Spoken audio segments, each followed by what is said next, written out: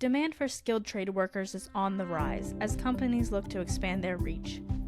With a growing workforce comes changes in internal communications and an increased focus on employee recruitment and retention. How can companies make internal communications a bigger priority and reach the individuals they want working for their company? Welcome to the AdLibber Podcast, featuring conversations of influence, some of it planned, much of it ad-libbed. Hey everyone, welcome to episode 3 of the AdLibber Podcast. I'm Michaela. And I'm Jay. And we're your hosts today. And today we have Mandy Arnold back on the podcast. Hello again. And we have another special guest. Yeah, joining us today on the podcast is Bob Whalen, President and CEO of HB Global in Harrisburg. Bob, could you tell us a little bit about HB Global? Sure can. First of all, thank you for having me. HB Global is a holding company for mechanical contracting firms across the country. We are an ESOP company, and we have divisions in Harrisburg, Pennsylvania, which is HB McClure, which is really where we started and were founded. And then we also have companies in Philadelphia, IT Landis, Boston, North Shore Mechanical, in Florida, Nash Plumbing and Mechanical, and in Phoenix, Arizona, Spectrum Mechanical. Quite an organization. It's grown quite a bit over the last number of years, so we're really excited about what we have going on in the company. And you came into the company back in 2008. Could you give us a little bit of your personal history with the company? Yeah, so in 2008, I was about 4 years out of an MBA program, and one of the things that I kind of decided as I was going through my MBA program is I'd really like a crack at, running a company. I had come out of that program with some philosophies about how to run a company, and I wanted to try it for myself. And so not long after that, I let some people know around Harrisburg that were influencers that I was looking for a company, and one thing led to another, and I came in contact with HB McClure. And so in 2008, I bought in as a minority owner of HB McClure. Lo and behold, in April 2008, we were in recession and didn't know it. So fast forward 2 years later, was really looking for ways to make our deal cheaper. And it led me to exploring ways that we could make the deal more tax efficient. And that's what led me to ESOPs. And so, the real, start of the ESOP was about making our transition a cheaper one.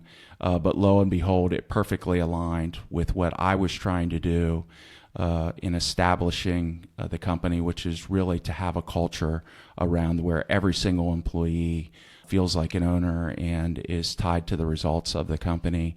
And so the two things really played together to lead us in the direction where we're going today. And now 5 operating divisions spread across the country, and I believe you have 1,200 employees, correct? Yeah, we have 1,200 employees now. It's a far cry from what we were back in 2008, but that's a big part of what we're trying to do is create opportunities for our employee owners. And so when you were explaining the ESOP, obviously you talked about the stock ownership program.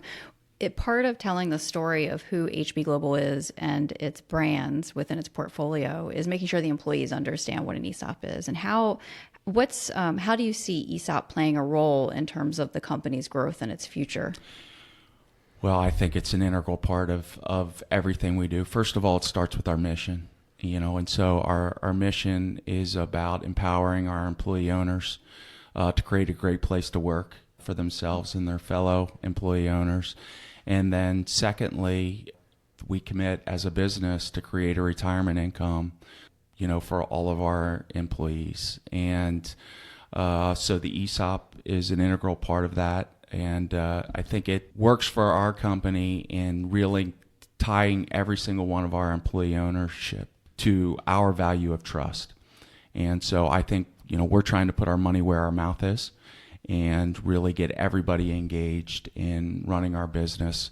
No matter what your position in the company is, you're there for a reason, and it's really critical to our success. and we tie you to everything from the ownership to the firm to whenever we pay short-term bonuses out, every single employee is paid a bonus. And so that's how we've gone about, tying everybody together. And we've been fortunate enough to see a lot of the experience that has occurred over the past year in working with HB. And one of the things that really stuck with me is I went to one of your all-staff events. It's amazing seeing that many people in HB McClure attire or IT Landis attire all together. It's a big celebration. But the one moment that really stuck out to me was when you give someone a vest, when they become vested. As an ESOP owner.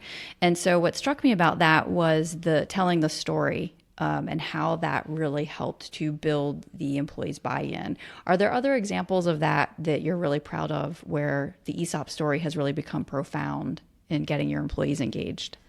Well, I think the best examples of those stories are the individuals. The individuals that, are already starting to retire, and, we're nowhere close to creating the amount of a return on their ownership that they need to fully retire, but it's already made an impact. And we have employees that have been part of the ESOP now for 9 years, and the average technician in the field that's been there for that whole 9 years has a six-figure balance. And so while that's not going to be, 100% of what they need for retirement, it was really, a really big part of allowing them to retire at this point. And so, already in this short period of time, they've accumulated significant resources, and it's what those resources, then allow them to do, post-employment.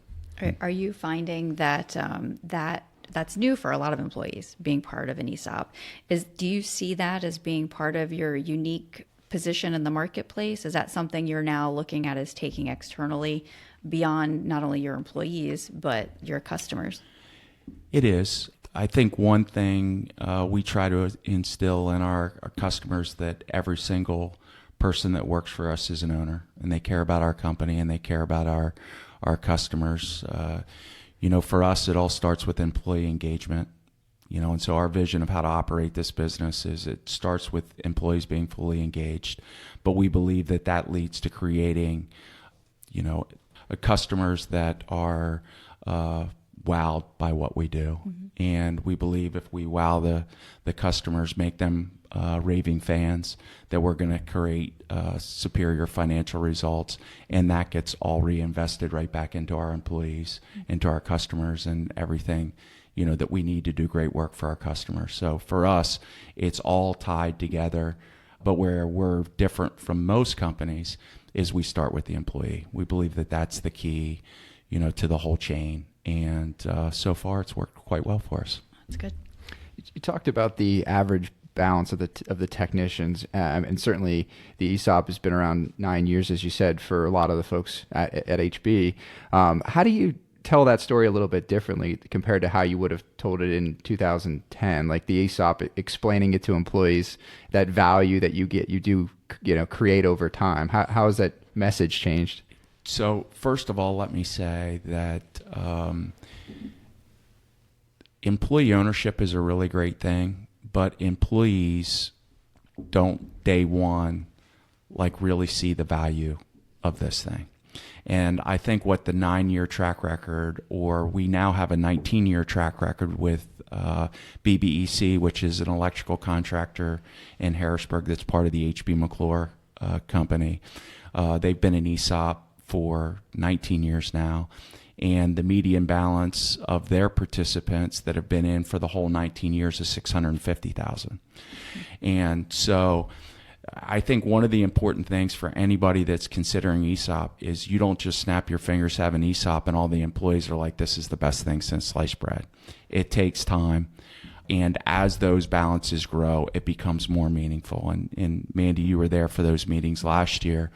I really felt like last year was year 8, and we jumped over a big hurdle. I mean, all of a sudden we had this energy in the room about what was created, over the past year that was very different from what it had been in past years. And so you'd like to think that people would, have from day one they would just be fully engaged because they're an owner. And I think it's just one of those things that it takes time. And it's just like any other adoption curve. You have your early adopters that think it was wonderful from the very first day, but they're a very small minority. It's what they see over time that really, builds to where we are now. I think we have pretty widespread agreement in our employee base that this is a pretty great benefit that they have as an employee. Do you feel like being a communications company, the one thing that's always on our mind is, what were those moments in time, and how did communications or how did messaging help get you over that hump? Because like you said, it takes time for people to really understand things. Well, I think as a company, we were probably a little behind the curve in what we could have and should have been doing all along. For the most part, we were a company that grew on word of mouth and how we went about doing business. And so we approached how we communicated with employees in much the same way. I don't think we did consistent messaging. We didn't do, we're probably a textbook case of how not to do it. And I think that that's really the adjustment that we're looking to make right now, is to get very professional in how we communicate with our employees, consistency of the message. We're in the political season, and you see how the best political campaigns stay on message, deliver the message over and over and over again. And that's really the direction that we're going with this. And, we do believe really strongly that the most important thing is our actions, but then you have to combine that with a message that's consistent and in line with what you're actually doing, what your behaviors actually are. So I think we're just on the front end of getting the value out of communicating to our employees in a consistent way. And I believe it's absolutely critical to our success, because as I told a group of our senior leaders this past week, everybody in our industry is suffering from a lack of technical talent. There is just not enough technical talent out there. But frankly, in operating a business, I'd rather be there than on the other side of that. As a business, you have an opportunity to be successful financially when there's not enough of your resource out there, more so than when you're in a situation where there's just too much and everybody's chasing after a small amount of work. And imagine if we can combine this shortage of labor with being able to attract and retain, the best talent in the industry. And I think that's a recipe for success. And I think we're structured in a way to be successful in that. And so, I think anybody that's out there listening, there are a lot of opportunities for the youth of today, and the trades need to be one of those things that they seriously consider. It's not for everybody, and everybody should not be going into the trades, but there's a great living to be made. It gives you an incredible amount of autonomy in what you do every day. I think it can be a really rewarding profession for a lot of people, and then you combine that with a company that's going to allow you to share in all the success that the business is having as a whole. I think it's a recipe for a great future. Yeah. Are you seeing, because talent recruitment and retention is a key component right now on everyone's mind.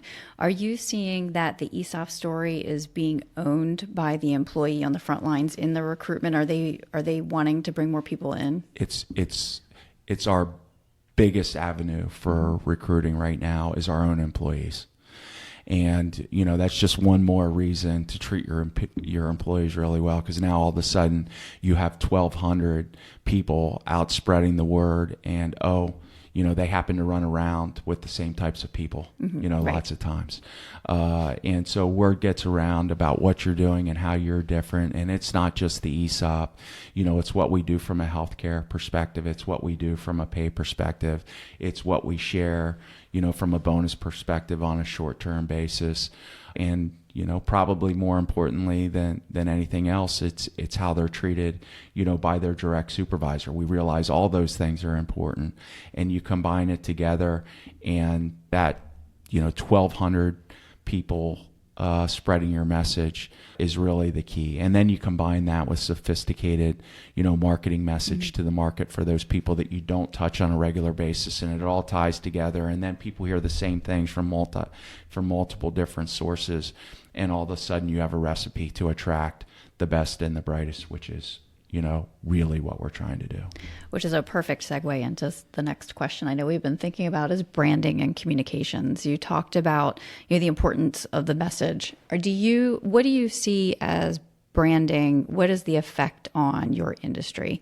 Because obviously it's a service industry. There's individual customers that are using you maybe once a year, once every 3 years. From your perspective, how important is brand in how you go to market? It's incredibly important. I think we've leveraged, really well the 106-year history of H.B. McClure here in Harrisburg, for example, with 350 trucks running around the market, and combining that with the customer experience.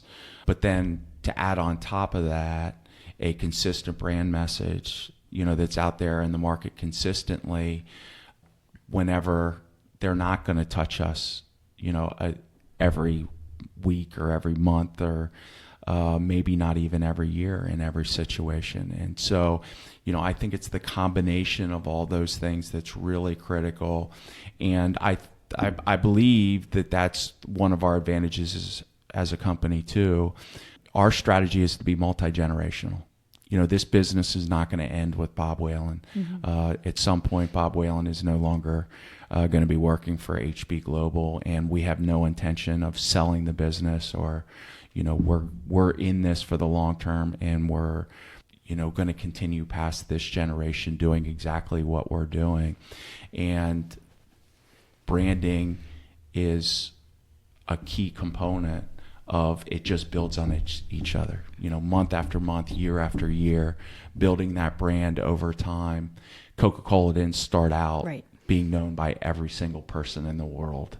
And we're nowhere close to that. But if you look at Central Pennsylvania, with the HB McClure brand, or if you look in the Harleysville area of north of Philadelphia, IT Landis, those are brands that have been built over years and years. And now we're combining a more sophisticated marketing approach to what we're doing. And it's going to pay dividends, not just today, but in the future. And that's where I think where we are today, we can really focus on attracting employees, but at the same time, building a brand, for what we're doing. And it's amazing to me, HB McClure's been in Harrisburg for 106 years, and people won't know that we do plumbing, or they won't know, that we do generators, or that we deliver fuel oil. And you would think that as long as we've been around, everybody knows what you do, and it's just not true. They find out about you when they have some experience with you or experience with somebody else. And that's where we can do a much better job of making sure that that brand is out there and, present all the time. Well, and I know your trucks, everyone knows the trucks. There's hundreds of them out on the road. And that's something I think that's really interesting about HB McClure in the local market is, especially in the digital age, is that those trucks are really an essential part of your market presence. They're everywhere. So that branding's really consistent and important. I think it's really key, and they're distinctive. I think people recognize them, which is really important in our business. And so I think having 350 of them, huge advantage. Then they're distinctive, another advantage on top of that. And then you combine that, with a net promoter score in the 90s of our customers, and, doing all the right things for our customers, and you have a recipe just to consistently grow. And then, I think we'll add just a more sophisticated, marketing approach, both with traditional media as well as digital. And, I think the sky's the limit for what we're doing here. Yeah, that was my next question, thinking about digital. Like, how do you view that? You're talking about the trucks and what people see, but they're also really plugged in, online on their phones. How do you, reaching customers that way, and reaching potential employees that you want to recruit and retain? Like, how do you view that impacting the business as well? It's changed the world. The reality is it's of our lifetime, it is probably the biggest change that it's affected everything, in so many ways. And so the technology advances are going to affect our business in that way. People can access us, much more easily than they could in the past. The technology in the business is going to change for those things. Someday you may be doing diagnosis from a computer room, to figure out what's going on with your system. These things are changing daily. And so it's a really, really important part of our business. And again, that's where, I think the scope of our business really helps us, that we have the resources to invest, because we're doing it in so many markets, will give us a leg up on, some of the competition, and our ability to, very quickly, change with what's going on in the marketplace. When you make those kind of expansions, like a service expansion, or looking at a new piece of a business in a different geography, can you talk about communicating that, like internally? Like how does that explain the importance of, kind of walking other divisions through what's happening in one market? Yeah, so we're going through it right now. I think, we've done a lot of acquisitions over the last 5 years, but I think we're also starting to make some investments internally in internal growth. And one of those strategies for internal growth is around starting up businesses that we do well in other markets where we're not doing that today. And a great, for example of that is what we call special projects. What you think of maybe replacing a chiller someplace, or fitting out a retail space, fitting out an office building, like we're sitting in here today. We don't do that down in Florida today. And there is a ton of that work. I mean, Florida is the market we're in, the local market we're in Florida is the 5th fastest growing market in the country. And so, we made a strategic decision maybe about 3 months ago to get into commercial special projects. We identified a leader internally. That leadership group was just up in Pennsylvania. We do, a lot of special projects in central Pennsylvania and in the Philadelphia market. Those businesses were both started from scratch. And so we bring those leaders up, and one of the first steps is to get them to talk to the leaders that have already been there, done that. There certainly will be a local flair in Florida to how they go about it, what types of business that they do, but there's a lot to be learned from our people that have already done that. And so that's one of the things we're leveraging right now. We have a tremendous commercial service business as far as market share, way more market share in central Pennsylvania than any of the business we do anyplace else. And so we leverage that expertise that we have here in the other markets to really grow the commercial service business, which is really a core part of the life cycle of a customer.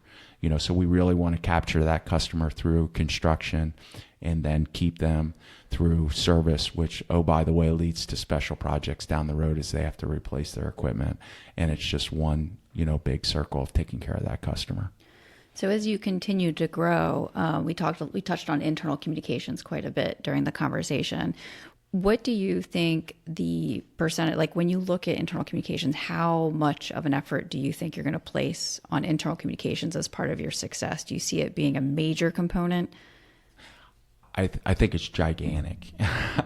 I can't understate it enough. I think the importance of our internal communication effort. And we talked about the recruiting aspect, but from my perspective, the biggest communication that we need to do, and we need to do a better job, is around our mission, vision, and core values. We've just changed our mission statement only to make it more concise. We didn't change what the mission. We didn't change what the mission was. Yeah. We changed the statement itself. And so we believe that all 1,200 of our employees, if you walked onto a job site in Florida, or you walked into a home in central Pennsylvania with a technician, you should be able to ask them, and they know exactly what we're here to do. And today, I don't believe that that's true, and I think they will. And that's going to be the ability for us to succeed in that area is going to be because of the internal communications piece. And frankly, we look at it's marketing. We're going to market internally to our employee owners so they know what we're about. They know how we go about doing the business that we do, and they know what that leads to if we do it effectively, and that they know that gets reinvested back into everything, we do for the future, and it just never stops. And I think over the next year, you'll also see we have 7 core values now. It's too many. Maybe we can get away with 4, but it's probably going to be 3. Yeah. And just like we have to do a better job of taking the lessons from marketing and incorporating it into our communication that we do for employees. And I know you and I have had that conversation about simplifying to amplify. So that's a big part of it, of getting your employees on board, but their recall and retention is a key strategy and success. It's really interesting when we have any business expert come in from the outside, consulting in any area. Our company gets dinged right away is we're engineers. We're trying to be perfect about everything. We try to say everything with everything, and it just doesn't work. I mean, you need to keep it concise. You need to have priorities. And I think that's, the big change that's going on with us recognizing, we're much better off having a priority of 3 and getting 80% of what we want communicated through those 3 things, as opposed to 7 and losing everything because you're trying to do all 7. And they're all important values of ours, but they don't need to be the core. They don't need to be the core of drives us every day. Trust has been a core value of our business for as long as anybody can remember, and it will be going forward, and that needs to be the cornerstone of our communication. It allows our employee owners, a way to communicate with leadership or anybody else in the company if we're not doing something the way we should. How does it affect trust? This deteriorates trust. We can talk about that. We can talk about how this really enhances trust. When we provide all of our employee owners the financial results of the company, that's a trust building exercise. And, we can talk about why we need to continue to do these things, why we need to continue to spend time on it, because it builds trust. But if they don't know that one of our core values is trust because we've, clouded it with 6 others, we're losing an opportunity to really focus where we need to focus. I couldn't agree more. There's actually a great book, in case the listeners would be interested in knowing what it is. It's called The Speed of Trust, and it talks exactly about those points that you're mentioning, Bob. Huge fan of Covey. I think there's a lot of pearls of wisdom, in that book specifically that we can all learn from. Trust is really the cornerstone of every relationship. It doesn't matter if it's a personal one, a business one. And so, our focus is looking through that lens of everything we do. Does it build or deteriorate from trust? And that's really the behaviors that we're looking for, not only with our employees, but our customers, with our vendors. A big believer in our behavior isn't different in different, situations. If we're somebody that's focused on trust, we're going to do it with everybody. And that's, an important part of what we do. That's great. We talked about simplifying the message. We also talked about technology and kind of the way it's influencing the industry. What are some other things you think will change or disrupt your industry moving forward? Yeah. So we talked about the digital change and how that's affecting how customers interface with us. I think that there's 2 other big things that are going on right now that are going to have a huge effect. And I don't think there's any doubt that we're moving to a greener world. We're just, the speed of that or how it's done is all the things for the big debate. But we're definitely moving to being greener, and our industry is a big piece of that. We have been doing, geothermal residential systems since the 70s. Those are not new things to us. The government has supported those through tax credits, and it's a huge energy saver, for a residential customer. But you're going to see those types of things be a bigger part of our business, and you're seeing it through insulation of buildings. Buildings are being better insulated, so we're not just losing the heat or the cooling that we're doing. You're going to see that be a big driver of everything that goes on in our industry is about being efficient with the energy. So that's the first big thing. And then the second big driver of our industry, and we've had our eye on this for a long time, and we've on purpose slow played it, but I think we're moving into this stage where we're really going to jump on board and make a big investment over the next 10 years, is construction is going to move to more of a manufacturing environment as opposed to stick building everything that's done out there. So everything being a one-off, you're going to see construction essentially has not become more efficient over the last 50 years. There's been no efficiency gain in building of buildings. And the one thing I think you're going to see is the construction industry is going to embrace a movement more towards manufacturing. And that means more producing some of the things that we do in a manufacturing situation and then piece it together like a puzzle. And that's started to happen, and you have some parts of the construction business that are already doing that, but you're going to see it, to a much greater degree over the next 10, 15, 20 years. And everybody will be, moving in that direction. And if you don't, you're going to be left behind. Does that speed up the process and also make things a little bit more affordable? That's really the big thing that it's used for today, is you can condense the duration of the project because you're doing a big piece of it in a manufacturing situation, so you can condense it. But I think where you'll see it go is making the whole process more efficient from lowering cost. You'll see it lower the cost of the project by being able to do that more efficiently. But right now, there's no doubt that we can cut duration by prefabbing. So, again, back to installing, a critical system in a manufacturing, when they're down, they're not manufacturing anything. So your ability to have 10 big pieces that are already pre-manufactured, you're bringing in, putting it together, much less downtime. And that's really where it's being used heavily today. But we'll see it move to being a much more, normal part of the construction process. Well, Bob, it's been great having you here today. It's been thrilling to hear about the industry and also some of the challenges you're facing. Personally interesting to hear what you're mentioning about internal communication. So thanks for coming out today on the Adlibber. I appreciate it. Thank you for listening to the Adlibber podcast. To find new episodes and get more content from our team here at Gavin, make sure to visit our website at adlibberpodcast.com. The Adlibber is also available on Spotify and Apple Podcasts.